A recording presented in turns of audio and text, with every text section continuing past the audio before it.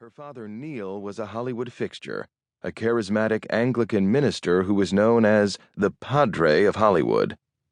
In a film career that started in the 1920s, he would consult or appear as a minister, usually uncredited, in over 300 films. On screen, he married Claudette Colbert and Clark Gable in It Happened One Night. Off-screen, he officiated at the weddings of the stars themselves. Molly and Henry became a respected Hollywood couple, living first in an apartment in Beverly Hills and later in their first and only home, a grand residence in Pacific Palisades on Chautauqua Boulevard, overlooking Rivas Canyon in the Santa Monica Mountains.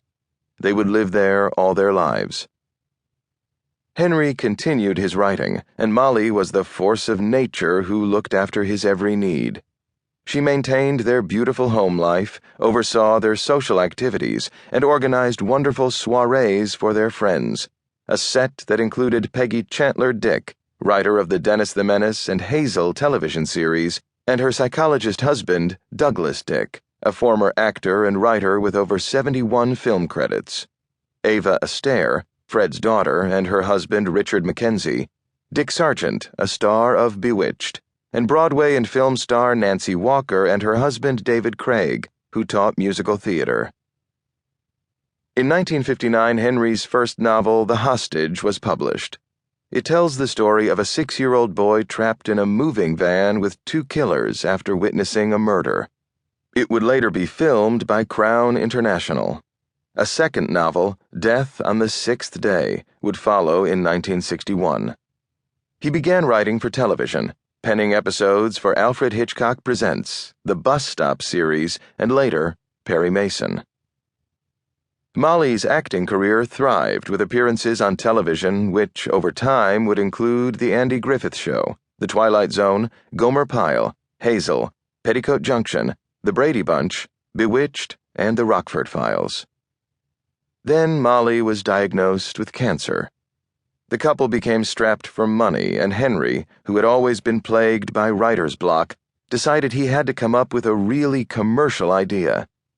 Inspiration came in the form of Jane Winslow, the very young daughter of his and Molly's friend Yvonne. I was told by my mother and others that every time Henry came visiting, I would run screaming from the room, remembers Jane, today an award-winning digital filmmaker, media producer and director, and a professor at SUNY Oswego. Jane's display of histrionics would remind Henry of other Baby Jane types, Baby Peggy of silent films, and vaudeville's Baby Rose Marie, the singing child wonder who was now grown up and a regular on the Dick Van Dyke Show. It set an idea in motion. I decided on a story so outrageous that it couldn't help but be commercial, he recalled. The story involved a former child star known in vaudeville as Baby Jane and her sister Blanche, who had become a glamorous movie star in Golden Age Hollywood. He decided that Blanche must be beautiful beyond description, a photographer's dream who, without trying, could project glamour such that few other stars ever could. Still, she didn't have any large performing talent, which was all right for the time and place, but a matter of acute pain and jealousy to Jane, who had talent to burn. Indeed, Blanche did have a career and future worth killing over, and I had to make the audience feel that in the past and present, Blanche had something to lose, and through Jane, was about to lose it. He was also aware of the tightrope he was walking between suspense, drama, and high camp.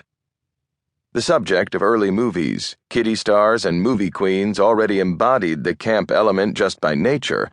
It had been exploited over and over for years. But, Henry concluded, I felt I should just let it exist to the degree that it was already inherent in the story and characters, and let it go at that. He had no idea that he was introducing a whole new subgenre of gothic horror to the world. Immediately following the book's publication, an option to produce the story on the Broadway stage was taken by Gabriel Kotzka. However, a film producer, Robert Aldrich, saw the screen potential in the material and optioned the film rights, acquiring Kotzka's stage rights as well. Aldrich opted to go the film route, and he didn't have to look far for the ideal cast. Joan Crawford, a superstar.